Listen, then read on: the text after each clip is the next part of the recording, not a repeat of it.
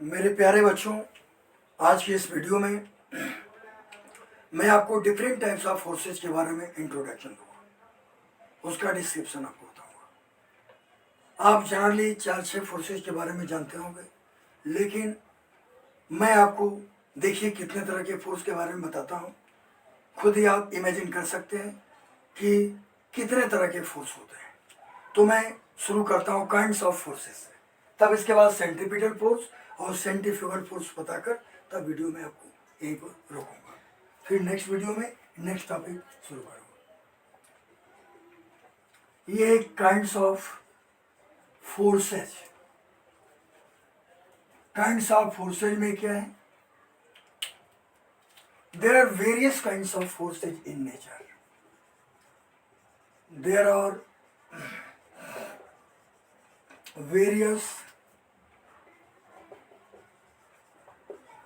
various kinds of forces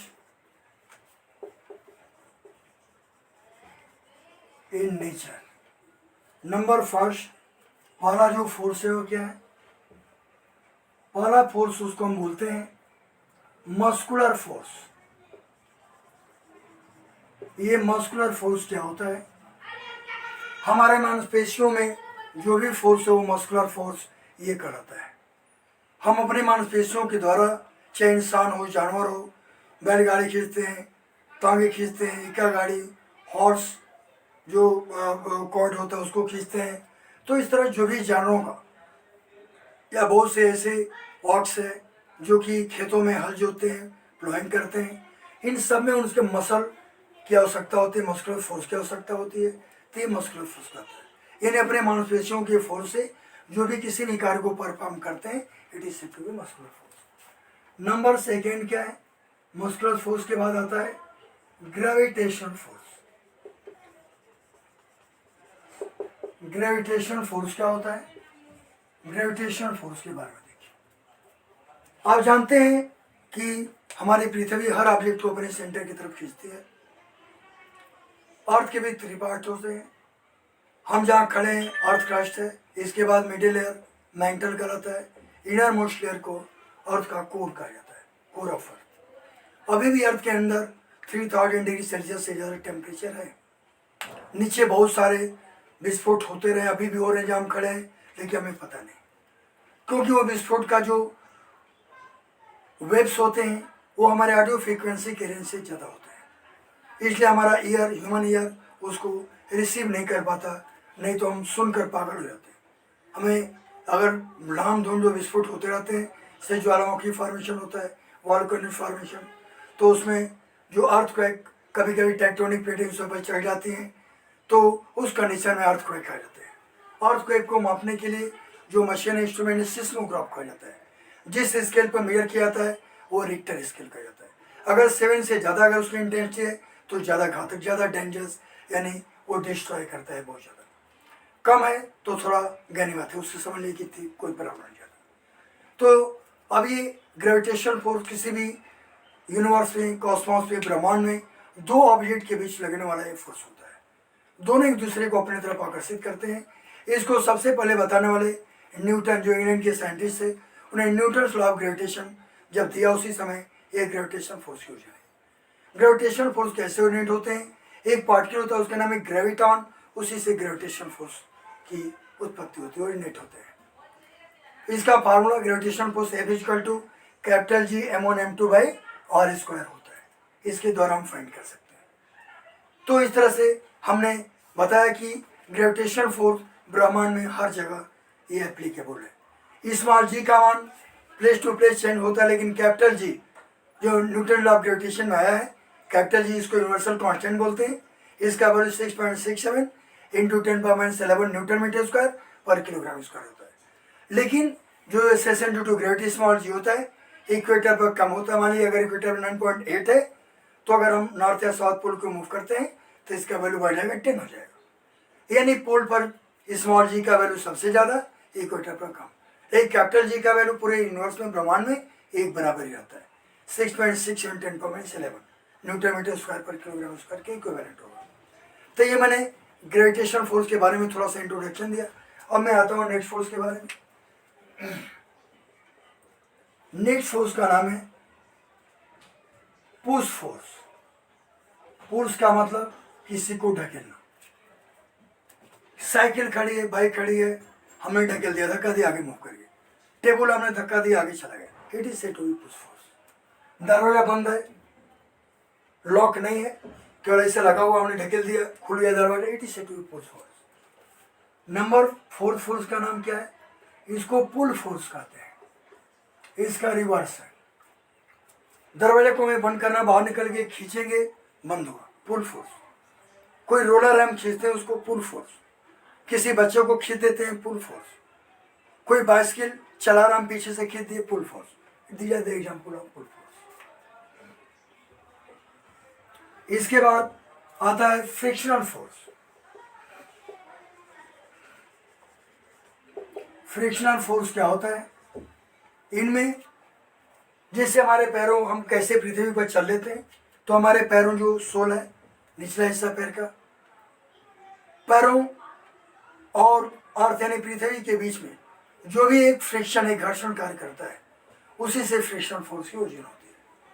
अगर suppose है हमारे पैरों और अर्थ के बीच में फ्रिक्शन फोर्स को सीधे माइनस कर दिया, हटा दिया जाए, अगर नहीं लग रहा है तो हम पल भर भी, 1 सेकंड भी, 1 मीटर भी नहीं चल सकते। हम तुरंत उलट जाएंगे, पलट जाएंगे, स्लिप कर जाएंगे। कभी कभी देखिए केले का छिलका पड़ा होता है, पैर पड़ता, फिसल कर गिर जाते हैं। क्यों? केला का छिलका काफ़ी स्मूथ होता है, लुब्रिकेंट होता है। जैसे पैर का थोड़ा वेट पड़ता है, स्लिप करता है, हम फिसल कर गिर जाते हैं। क्यों?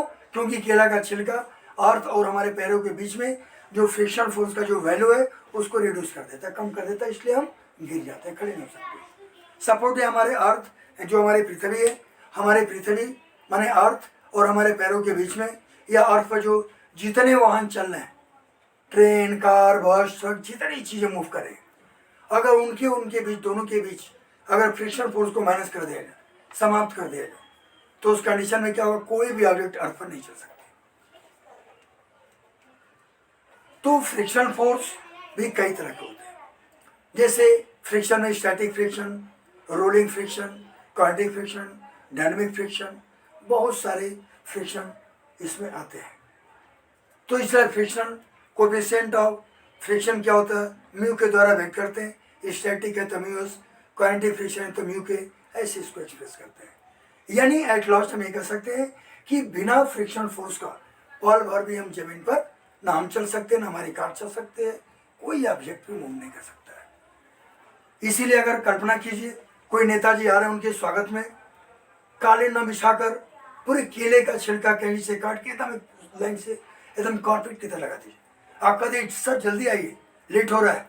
आज जैसे नेताजी आगे बढ़ेंगे, धड़ाम हो जाएंगे, और उसके बाद आप लोग ताली बजाएंगे। पब्लिक क्या करेगी? ताली बजाएगी नेताजी के लिए, उनके सम्मान में। तो इस तरह से ये चीज़ें आप इसमें देख सकते हैं, फ्रिक्शन फोर्स का हमारे जो डेली लाइफ में कितने इसका इम्पोर्टेंस है। अभी नंबर 5 फोर्स जो क्या आता है? फ्रिक्शन फोर्स के बाद जो फोर्स आता है, उसको हम कौन सा फोर्स बोलते हैं? जो फ्रिक्शन फोर्स के बाद है इलेक्ट्रोस्टैटिक फोर्स। इलेक्ट्रोस्टैटिक फोर्स, आप देखिए, इमेजिन कीजिए कि आप कितना फोर्स के बारे में जानते हैं और मैं आपको कितना बता रहा हूँ। जैसे हमने 20 तरह का मौसम बताया था इस चैप्टर के शुरू में, उसी तरह से अब ये सेंटीमीटर सेंट्रीफ्यूगल फोर्स आ गया। तो पहले फोर्स होता है, एक ही चिड़िया का नाम है फोर्स, पहले मैं आपको बता दूँ, तब आगे बढ़े। इलेक्ट्रोस्टैटिक फोर्स में क्या होता है? बेंजामिन फ्रैंकलिन ने सबसे पहले, जो अमेरिकन साइंटिस्ट थे, उन्होंने बताया कि सेम चार्जेज में रिपल्सन, अगेंस्ट अपोजिट चार्जेज में क्या होता है? अट्रैक्शन होता है। माइनस माइनस में repulsion, plus plus repulsion, plus minus में अट्रैक्शन होता है। उसी तरह से ये आपको मालूम है इलेक्ट्रोस्टैटिक फोर्सेज में, जैसे कोई भी इलेक्ट्रॉन है, इसी एटम में न्यूक्लियस से चार्ज रिवाल्व कर रहा है, इलेक्ट्रॉन नेगेटिवली चार्ज होता है, जबकि प्रोटॉन न्यूक्लियस के अंदर है, न्यूक्लियॉन्स के अंदर है, यानी जिसको न्यूक्लियन कहा जाता है प्रोटॉन और न्यूट्रॉन को मिलने से। तो न्यूक्लियस के अंदर जो भी प्रोटॉन न्यूट्रॉन है, तो प्रोटॉन के कारण न्यूक्लियस पर पार्टीशन होता है। दोनों के बीच में क्या होता है? एक एट्रैक्शन फोर्स कार्य करता है। दोनों में एक एट्रैक्शन फोर्स कार्य करेगा। तो इस तरह से क्या होता है? ये फोर्स जो होता है इलेक्ट्रोस्टैटिक एट्रैक्शन फोर्स। अगर दोनों सेम तरह के हैं, दोनों charge minus minus plus plus, तो रिपल्सिव फोर्स होता है। तो अब ये नेक्स्ट फोर्स के बारे में बताते हैं। थोड़ा थोड़ा सबका मैं परिचय दे रहा हूँ। जब इस चैप्टर पढ़ाऊँगा तो बहुत ही डीपली, बहुत ही ब्रॉड में आपको समझाऊँ, कुछ भी छूटेगा नहीं। तो इसके बाद आता है मैग्नेटिक फोर्स। मैग्नेटिक फोर्स में क्या आता है, आपने चुंबक देखा होगा, चुंबक ही कई तरह के होते हैं। बॉल मैग्नेट जो लंबा रॉड की तरह होता है, हॉर्स जो यू शेप में होता है, घोड़े का नाल के आकार का इसलिए हाउस कहा जाता है, स्फेरिकल मैग्नेट, सिलिंड्रिकल मैग्नेट, बहुत सारे मैग्नेट आपने देखा होगा। किसी भी मैग्नेट का पहचान क्या है, अगर मैग्नेट को काटते जाए एटम तक भी चले जाए तो उसके एक तरफ नॉर्थ एक तरफ पॉजिटिव होगा। कभी एक पोल कभी मैग्नेट में पॉसिबल नहीं, हम आइसोलेट नहीं कर सकते केवल सिंगल पोल में, हमेशा दो पोल रह गए। एटम तक भी डिवाइड करें तो भी एक कोण नॉर्थ एक कोण साउथ रहेगा। तो नहीं, मैग्नेट में दो पोल नॉर्थ साउथ होते हैं। अगर सेम पोल के एक पास लाएंगे north north repulsion, south south में रिपल्सन, नॉर्थ साउथ में क्या होता है, अट्रैक्शन होता है। इसलिए सेम पोल्स में रिपल्सन और अगेंस्ट पोल में, अपोजिट पोल्स में अट्रैक्शन होता है। किसी भी मैग्नेट के बीच में न्यूट्रल पॉइंट है, वहां पर मैग्नेटिक फोर्स का मान, मैग्नेटिक फील्ड का मान 0 होता है। कहाँ होता है, दोनों किनारे की तरफ, जो दोनों पोल्स किनारे हैं वहां सबसे ज्यादा मैग्नेटिक फील्ड होता है।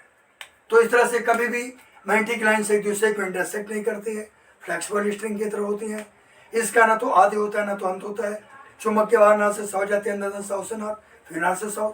लेकिन इलेक्ट्रिक लाइन ऑफ फोर्स का अंत होता है, केवल प्लस से निकल कर माइनस पर जाकर समाप्त हो जाती है। दोनों में फर्क होता है, लेकिन कभी एक दूसरे को इंटरसेक्ट नहीं करते। जब ये सब फोर्सेज आ रहे हैं तो थोड़ा सा एक झलक उसके बारे में आपको बता रहा, इसी बहाने कुछ जानेंगे।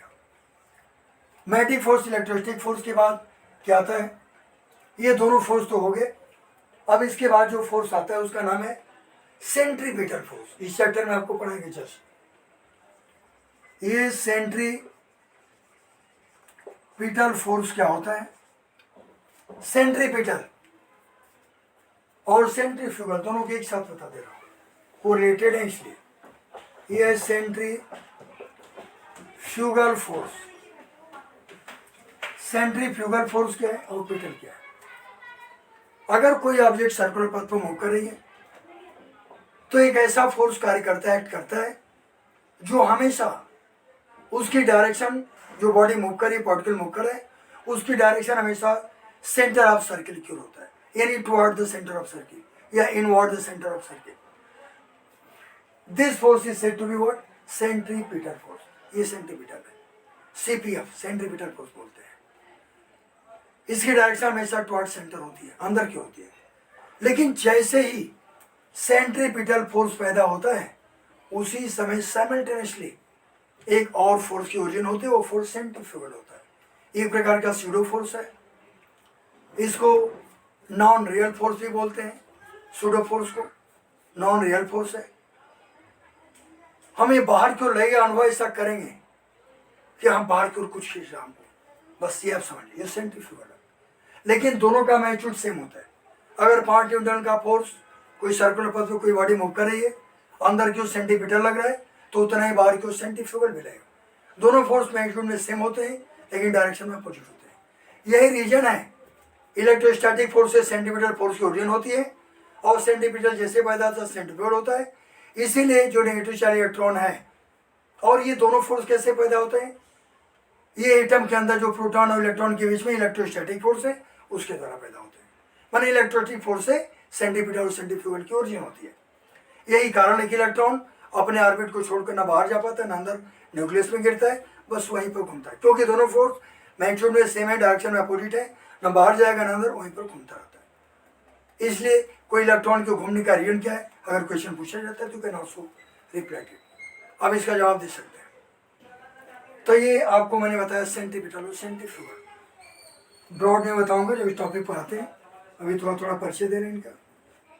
ये नंबर 10 फोर्स क्या है, सेंट्रीपिटल सेंट्रीफ्यूगल फोर्स के बाद हाँ जो नेक्स्ट फोर्स आता है, उस फोर्स का क्या नाम है, उसका नाम है cohesive force.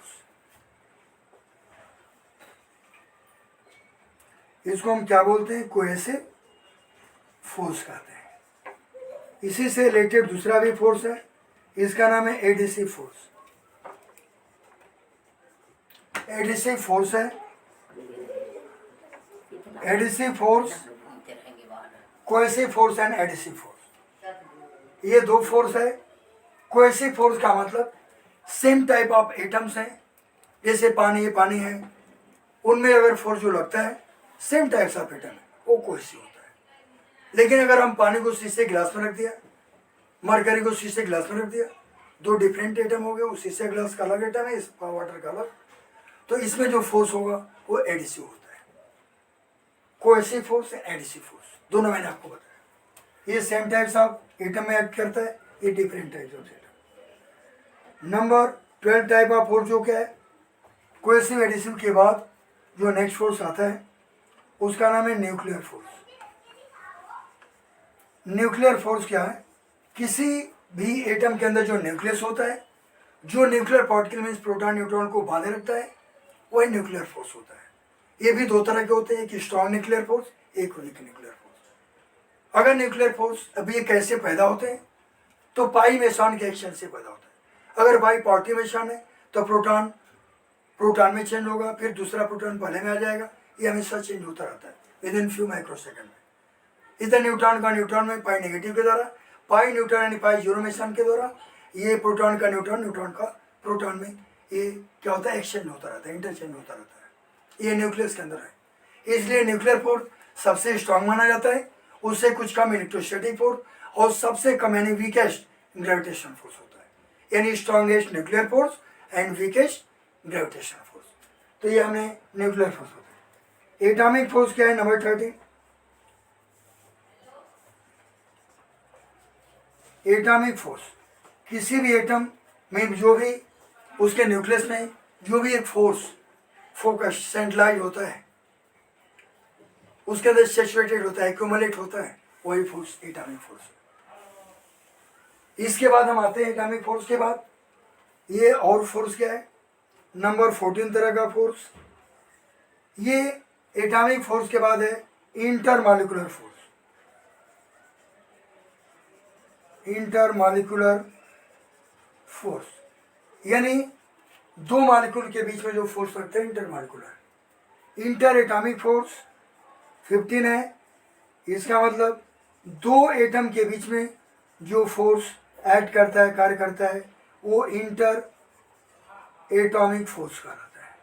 It is said to be interatomic force.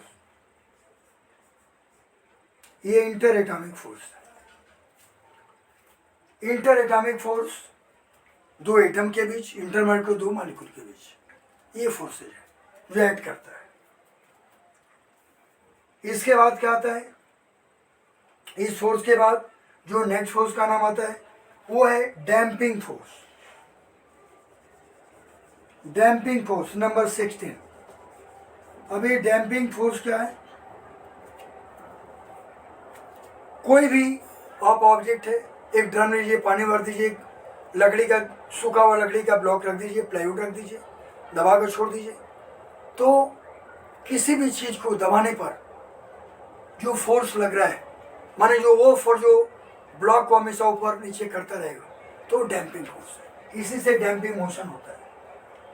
अब ये क्या है, नेक्स्ट तरह का फोर्स जो है नंबर में 17 बताऊंगा, ये कैसा फोर्स है 17। ये नेक्स्ट फोर्स है नंबर 17। डैम्पिंग फोर्स के बाद आता है रेस्टोरिंग फोर्स। रेस्टोरिंग फोर्स क्या होता है, इसको आप जानिए। रेस्टोरिंग फोर्स का मतलब, जैसे पेंडुलम है, बॉब है, आप धागे से बांधिए, रस्सी से बांध कर लटका दीजिए किसी फिक्स पॉइंट से, पुश करके छोड़ दिया अदर साइड। अगर पुश कर दिया तो बार बार अपने पथ को रिपीट करेगा, यानी वो ऑसिलेटिंग मोशन करेगा। ऑसिलेटिंग मोशन करेगा उस कंडीशन में यही पेंडुलम अपने मेन या इक्विलिब्रियम पोजीशन से वो आइदर साइड किसी तरफ गया, तो एक ऐसा फोर्स कार्य करेगा उस पेंडुलम को पुनः अपने तरफ, इंडिविजुअल दिखाई नहीं देगा, लेकिन पेंडुलम जैसे मैक्सिमम डिस्प्लेसमेंट को कवर किया, ट्रेवल किया, तुरंत वो फोर्स क्या करेगा, इक्विलिब्रियम पोजीशन की तरफ उसको अपने खींचेगा। तो उस कंडीशन में ये क्या होगा, रेस्टोरिंग मैन जो पुनः अपने मेन पोजीशन पर लाए खींचे, वही रेस्टोरिंग फोर्स कहलाता है। It is said to be restoring. Number 18 force क्या है, रेस्टोरिंग फोर्स के बाद क्या है, टॉर्सन फोर्स। टॉर्सन फोर्स का मतलब जो स्प्रिंग में कार्य करता है, हमने स्प्रिंग को खींचा छोड़ दिया उसको, फिर अपने ओरिजिनल पोजिशन में खींचने लगेगा, it is said to be torsion force.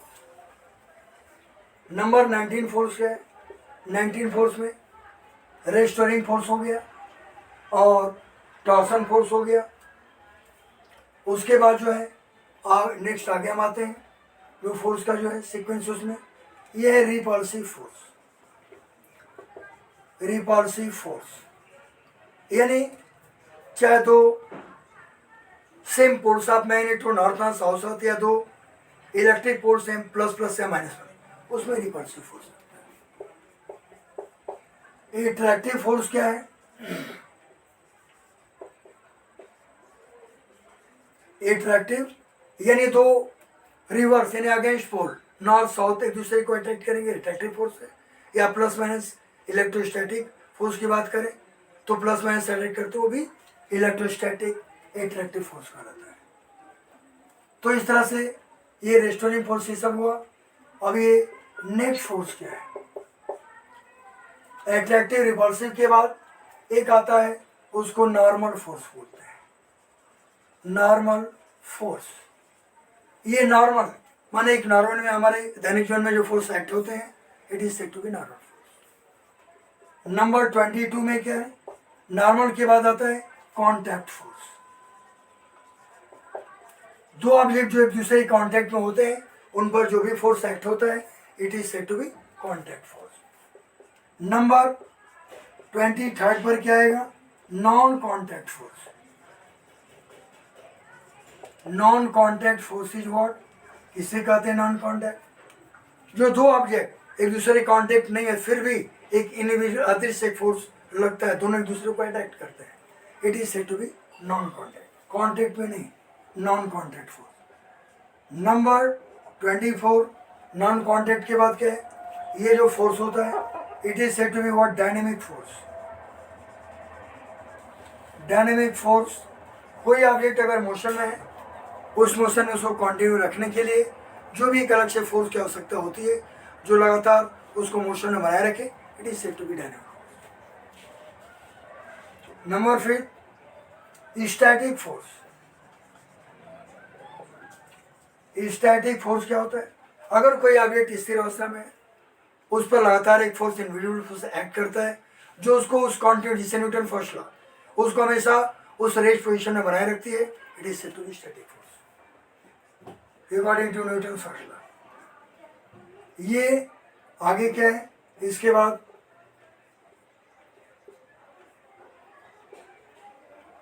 ये कैपिटल रोमन में हमने लिखा है, कैपिटल मेरे अंदर ही सुनने। हाँ, तो मैंने नंबर 26 पाया, ये डायनामिक स्टेट पर मैकेनिकल फोर्स। मैकेनिकल फोर्स क्या है? इसको देखिए। मैकेनिकल फोर्स में कोई भी ऑब्जेक्ट उसके अंदर एक मैकेनिकल प्रोसेस यानी वो भी मोशन में है, मैकेनिकल प्रोसेस है, उसके अंदर mechanical energy means kinetic potential से दोनों एक्ट करती है। तो एनर्जी की ओरिजिन तभी होगी W=F/s होता है, वर्क डन एनर्जी के इक्विवेलेंट होता है, पूरा का पूरा वर्क डन पोटेंशियल में कन्वर्ट होता है, यानी पोटेंशियल काइनेटिक में भी रिकन्वर्ट हो सकता है और काइनेटिक पोटेंशियल में भी, बट सब एक दूसरे में इंटरचेंज होते रहते हैं। तो वो जो फोर्स है जो मैकेनिकल एनर्जी के द्वारा एक्ट होता है किसी ऑब्जेक्ट पर, इट इज मैकेनिकल भी दो तरह के होते हैं, kinetic energy and potential energy. तो this type of force is mechanical force, ये मैकेनिकल है, इस type dynamic mechanical. Number 27 type of force is what? It is said to be buoyant force.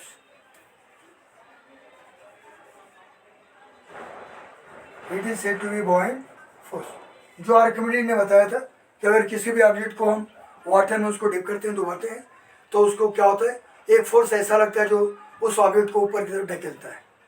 तो वही फोर्स जो पानी में, लिक्विड में, जो किसी ऑब्जेक्ट को ऊपर तरफ फेंकता है, ढकेलता है, तो ऊपर फेंकता है, it is said to be buoyant force, जो आर्किमिडीज ने बताया था।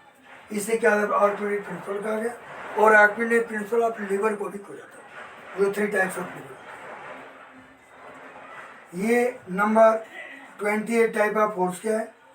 28 टाइप ऑफ फोर्स जो है ये अपथ्रस्ट फोर्स कहते हैं, अपथ्रस्ट फोर्स कहा जाता है।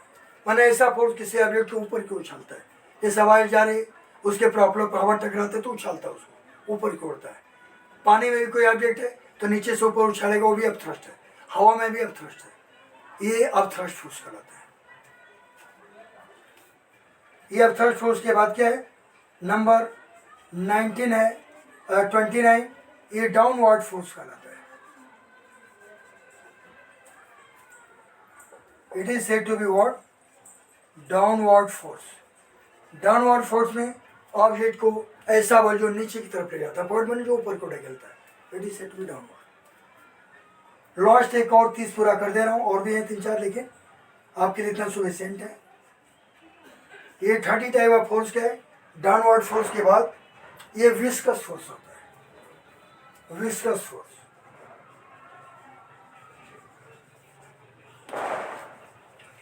हमने 30 टाइप ऑफ फोर्स को बताया।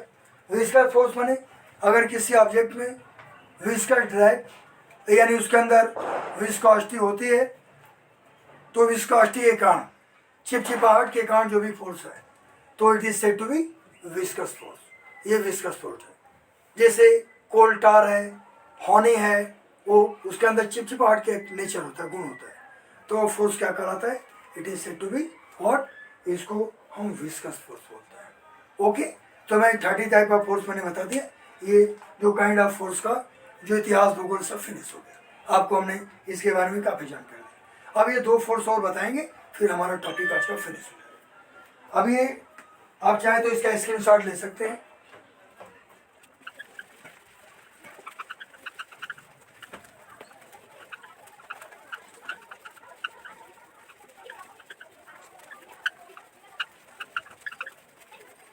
तो मैं नेक्स्ट टॉपिक पे आता हूँ, बस 2 टॉपिक है वो फिनिश हो जाएगा जल्दी।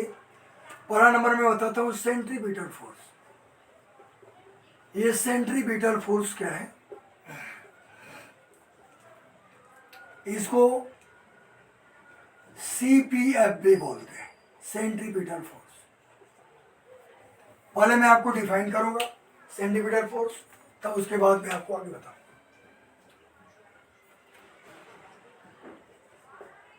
A force acts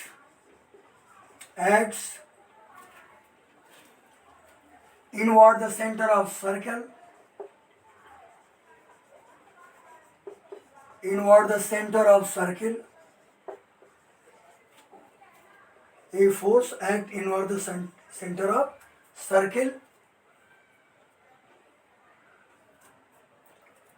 act always लगा दीजिए, हमेशा कार्य करता है। Act always inward the center of circle,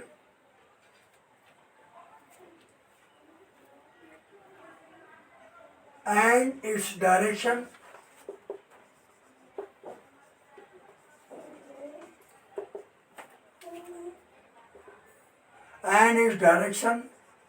is always toward the center of circle,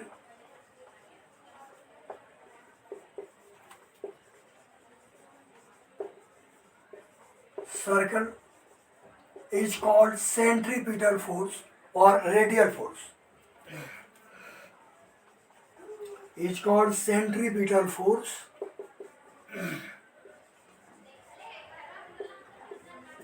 centripetal force or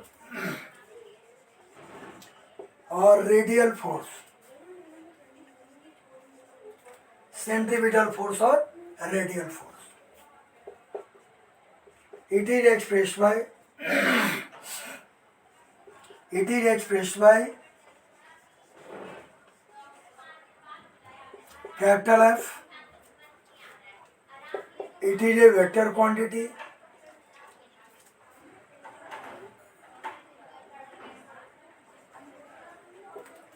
It is a vector quantity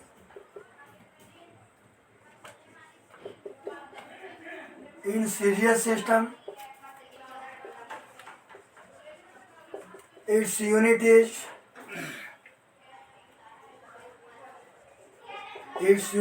dyne. In MKS system or SI system,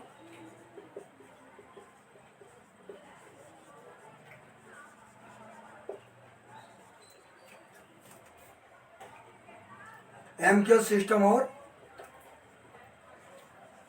SI system,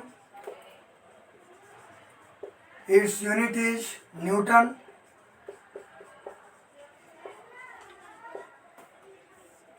and in APS system, means British system,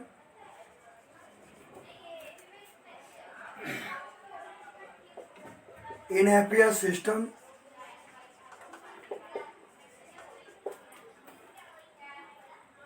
its unit is, in APS system its unit is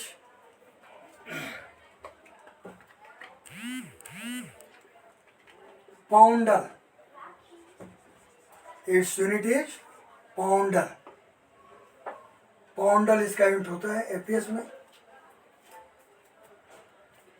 it's dimensional formula,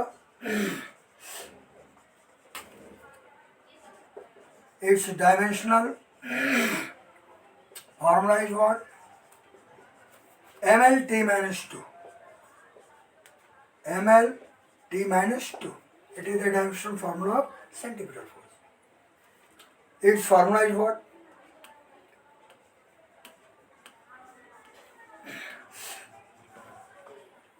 Its formula is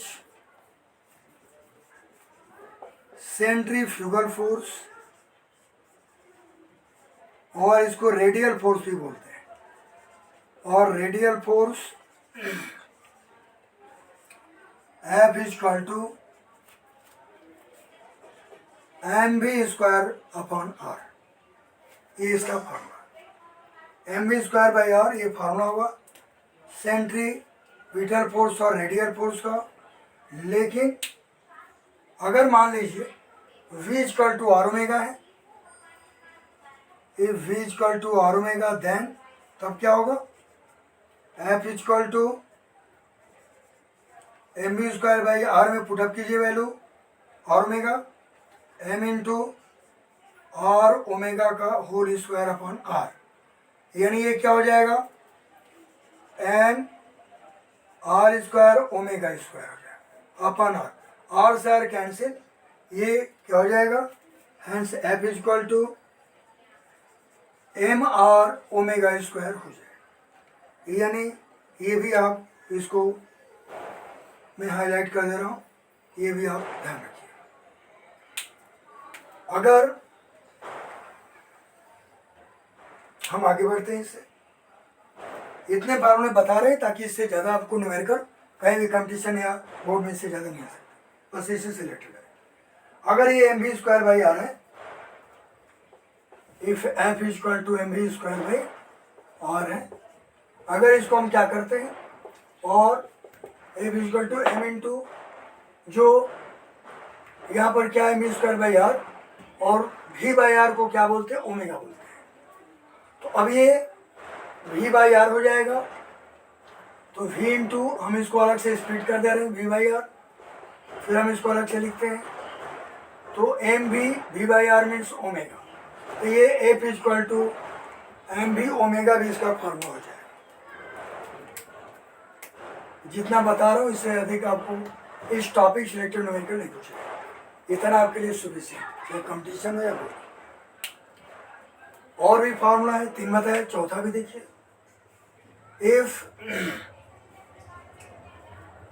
omega is equal to 2 pi by t, then तो इसका वैल्यू क्या होगा? F is equal to m r omega square है, तो ये m r into 2 pi by t का whole square, यानी हो जाएगा m r 4 pi square by t square. Sequence में लिखिए f is equal to 4 pi square by t square, ये क्या हो जाएगा? By t square into m r. इसको भी मैं आपको हाईलाइट कर दे रहा हूँ. बस इतना जो मैं बताता हूँ आप इतना याद कीजिए फार्मूला. एक भी क्वेश्चन सेंटीमीटर फोर्स से बाहर नहीं आएगा, बस इसी से रिलेटेड है घूम फिर कर. इसके बाद है एक और फार्मूला बताता हूँ इससे related. If omega is equal to 2 pi n, then तब क्या होगा? तो f is equal to m r omega square है फार्मूला. यहाँ पर M into are into 2πn का होल स्क्वायर, ये आप रखेंगे, पुटअप कीजिए, तो ये एम आर ये हो जाएगा 4π² एन स्क्वायर हो जाएगा, यानी सीक्वेंस में रखें इसको, तो पहले 4π² एन स्क्वायर फिर एम इंटू आर हो जाएगा। इसको भी मैं हाईलाइट कर रहा हूँ कि ये इतने आपके करीब 5 फार्मूले हुए सेंट्रीपिटल। यही जो सेंट्रीपिटल है वही सेंट्रीफ्यूगल के लिए भी होता है, दोनों के लिए कोई अलग नहीं, बस अंतर है कि सेंट्रीपिटल का वैल्यू नेगेटिव होता है और सेंट्रीफ्यूगल का वैल्यू पॉजिटिव होता है, बस इतना ही। अब इसमें हम नोट हम आपके बताएंगे, इसके बाद इससे रिलेटेड जो पॉइंट्स हैं नोट में बताऊंगा। नोट का फर्स्ट पॉइंट, इसका आप स्क्रीन साथ ले लें ताकि हम इसको इरेज कर दें।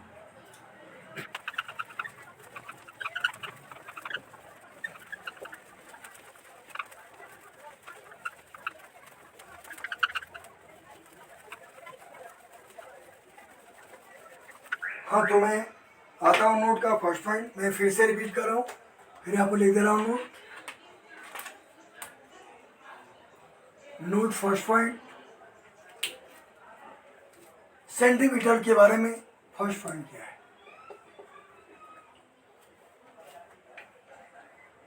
या मैं सबसे पहले मैं बता रहा हूँ, सेंट्रीफ्यूगल भी आपको बता दें तो दोनों को एक साथ बता दें, क्योंकि दोनों एक दूसरे से कोरिलेटेड है।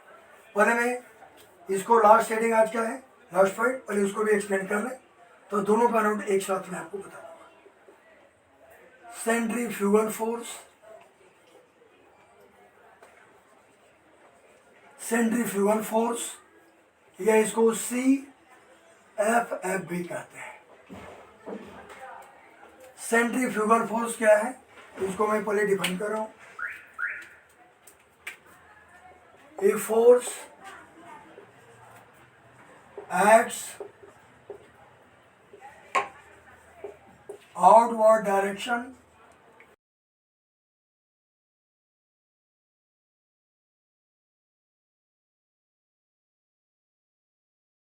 a force act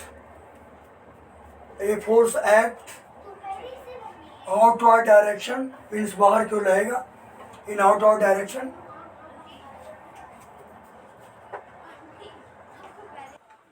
a force act outward, a force outward direction away from the center of circle,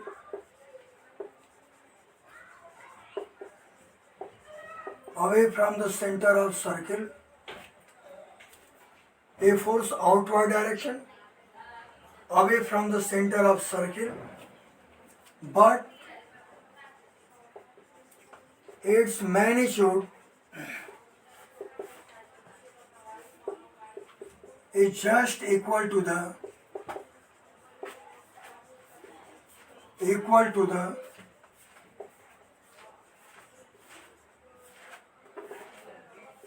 magnitude of centripetal force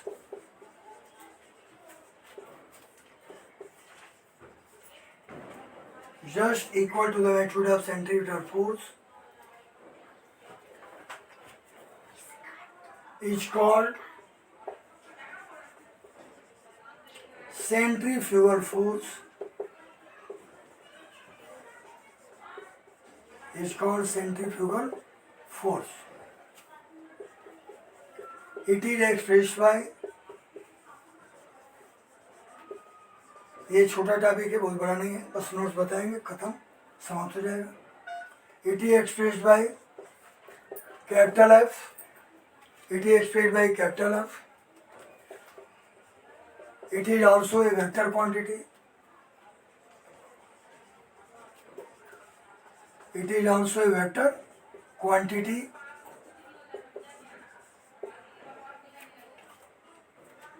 in series system.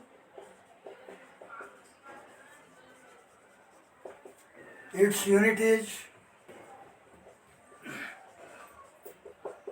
in series system its unit is dyne, in MKS system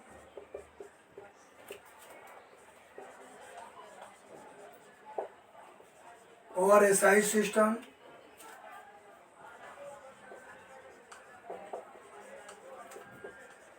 its unit is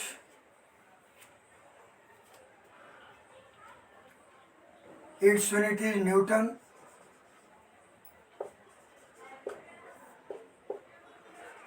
And in Ampere system,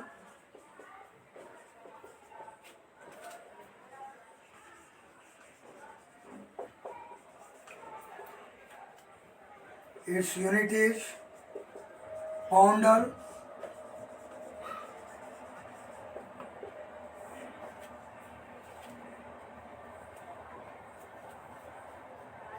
Pound, its dimensional formula,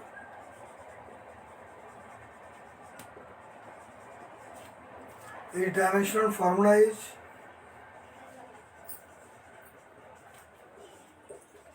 mlt minus 2. ये dimension है. It's formula m equal to plus mv square by r. ये formula है, या ये भी आप कर सकते हैं. और तो हमने सब एक्सप्लेन कर दिया है. सेंटीमीटर में वही सेम इसके लिए भी होगा. खाली बस इतना है कि इसका वैल्यू क्या है.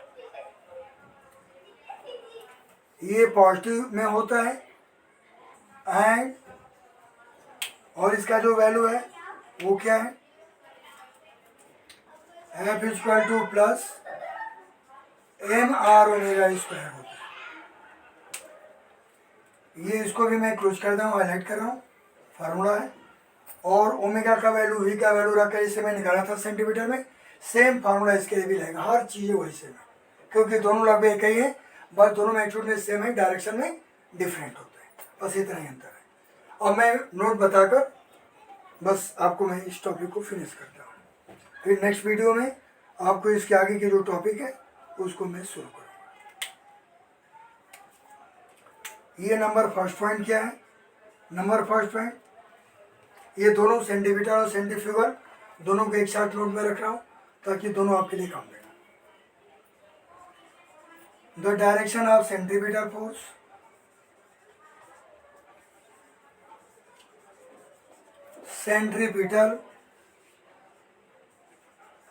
सेंट्रीपिटल फोर्स और रेडियल फोर्स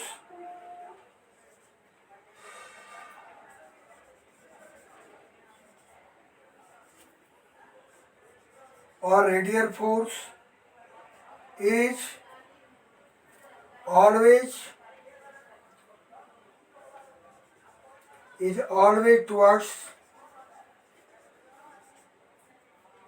और इनवर्ड्स. ब्रैकेट में एक ही चीज़ है जो आप यूज कीजिए. Inwards the centre of circle,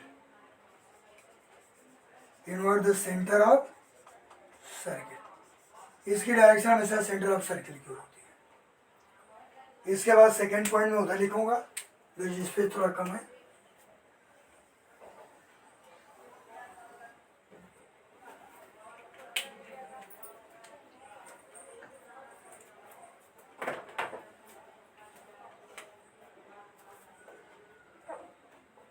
हाँ, ये सेकेंड पॉइंट क्या है.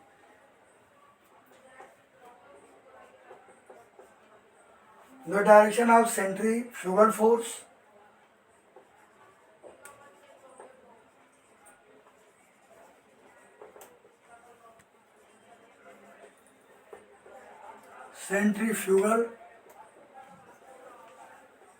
the direction of centrifugal force is always acts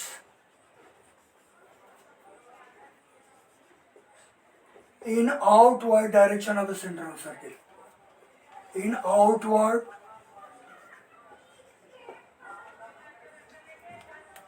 direction of the center of circle.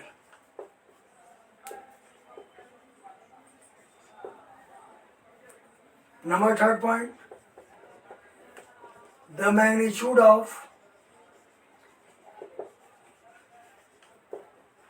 Magnitude में अगर 5 न्यूटन का सेंटीमीटर एक्ट हो रहा है किसी सर्कुलर पथ पर जो बॉडी मूव करे उसके ऊपर, तो 5 न्यूटन का सेंटीफ्यूगल भी एक्ट करेगा. अंतर इतना ही है कि सेंटीमीटर सेंटर की ओर एक्ट होगा, इनवर्ड एक्ट होगा, ये आउटवर्ड एक्ट होगा. लेकिन दोनों पर 5 न्यूटन उस पर है, सेंटीमीटर पर, तो सेंट्रीफ्यूगल पर ही 5 न्यूटन होगा, और मैग्नीट्यूड सेम होता है।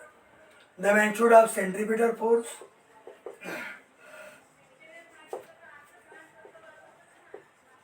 and centrifugal force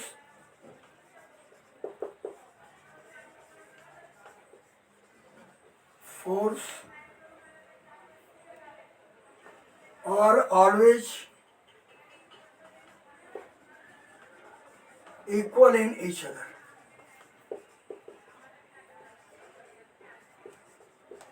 Always equal in each other. Number 4 point में क्या है, ये मैंने डायरेक्शन बताया, मैग्नीट्यूड बता दिया दोनों का। सेंटीमीटर फोर्स को रेडियल फोर्स कहा जाता है, मैं पहले लिख दिया हूँ, बता चुका हूँ। फॉर्मूला वही एक्ट होगा सेंट्रीफ्यूगल का जो सेंटीमीटर के लिए। इसका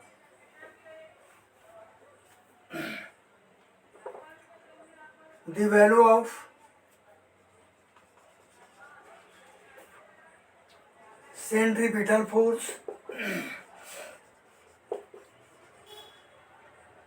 the value of centrifugal force is negative, while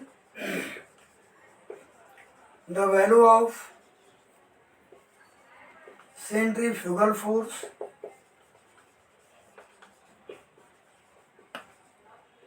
is positive. ये पॉजिटिव होता है, ये नेगेटिव होता है। Centrifugal force is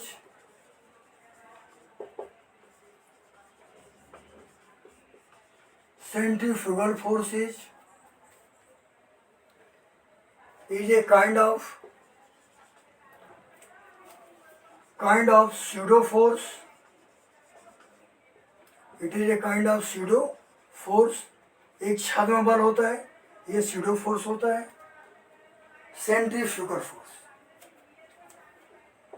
number 6,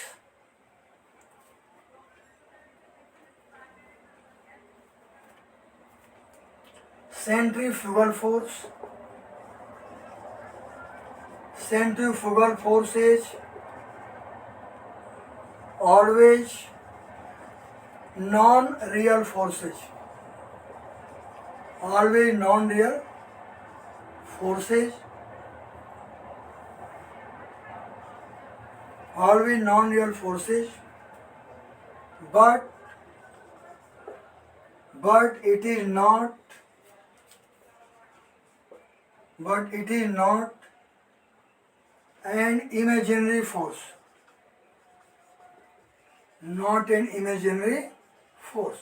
Imaginary force नहीं होता है, लेकिन ये नॉन रियल फोर्स कहलाता है, लेकिन इमेजिनरी नहीं होता है। Number 7 point is what?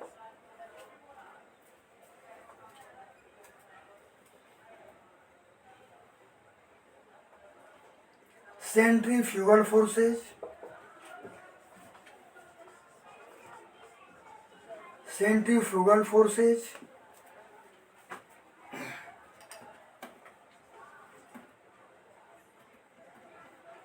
or pseudo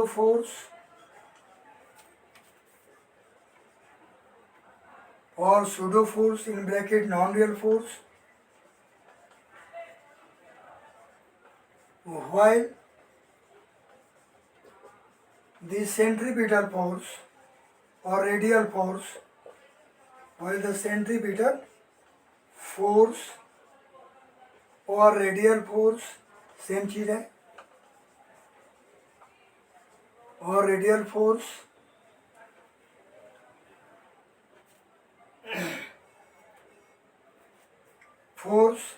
is the magnitude of all real forces. Is the magnitude of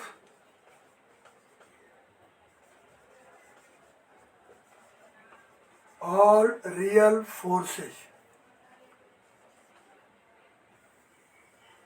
ये सेंटीमीटर फोर्स का था और ये सेंट्रीफ्यूगल फोर्स के बारे में।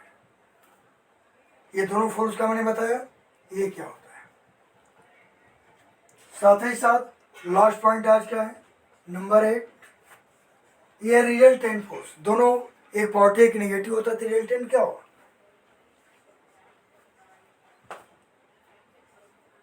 Resultant of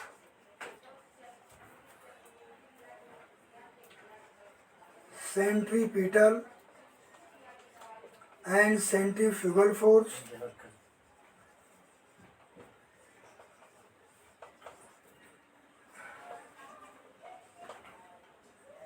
resultant of centripetal and centrifugal force is 0। ये 0 होता है इसका रिजल्टेंट। क्यों? क्योंकि यहाँ रिजल्टेंट निकालिए, रिजल्टेंट बराबर C centripetal force C P F, short में लिख रहा हूँ, जगह कम है, और सी एफ एफ मैंने सेंट्रीफ्यूगल फोर्स। सेंट्रीपिटल का जो फार्मूला होगा mv²/r लिखें, mr² सेम है जो आप लिखें, माइनस ये माइनस है mr ω², और ये सेंट्रीफ्यूगल का वैल्यू प्लस में होता है तो ये प्लस mr ω²। दोनों कैंसिल कर देंगे दूसरे को, इसका वैल्यू 0 आएगा, इसीलिए इसको क्या बोला जाता है, ये रिजल्टेंट फोर्सेस का 0 है। तो मेरे प्यारे बच्चों, आज के वीडियो में यहाँ तक आपको बताया सेंट्रीफ्यूगल फोर्स मैंने फिनिश कर दिया, और अब इसके बारे में जो एग्जाम्पल्स हैं ये ध्यान रखिएगा। इसका एग्जाम्पल अब कैसे सेंट्रीपिटल और सेंट्रीफ्यूगल फोर्स की ओरिजिन होती है, it mean the origin of centripetal and centrifugal forces, ये आपको नेक्स्ट वीडियो में बताएंगे, ठीक है।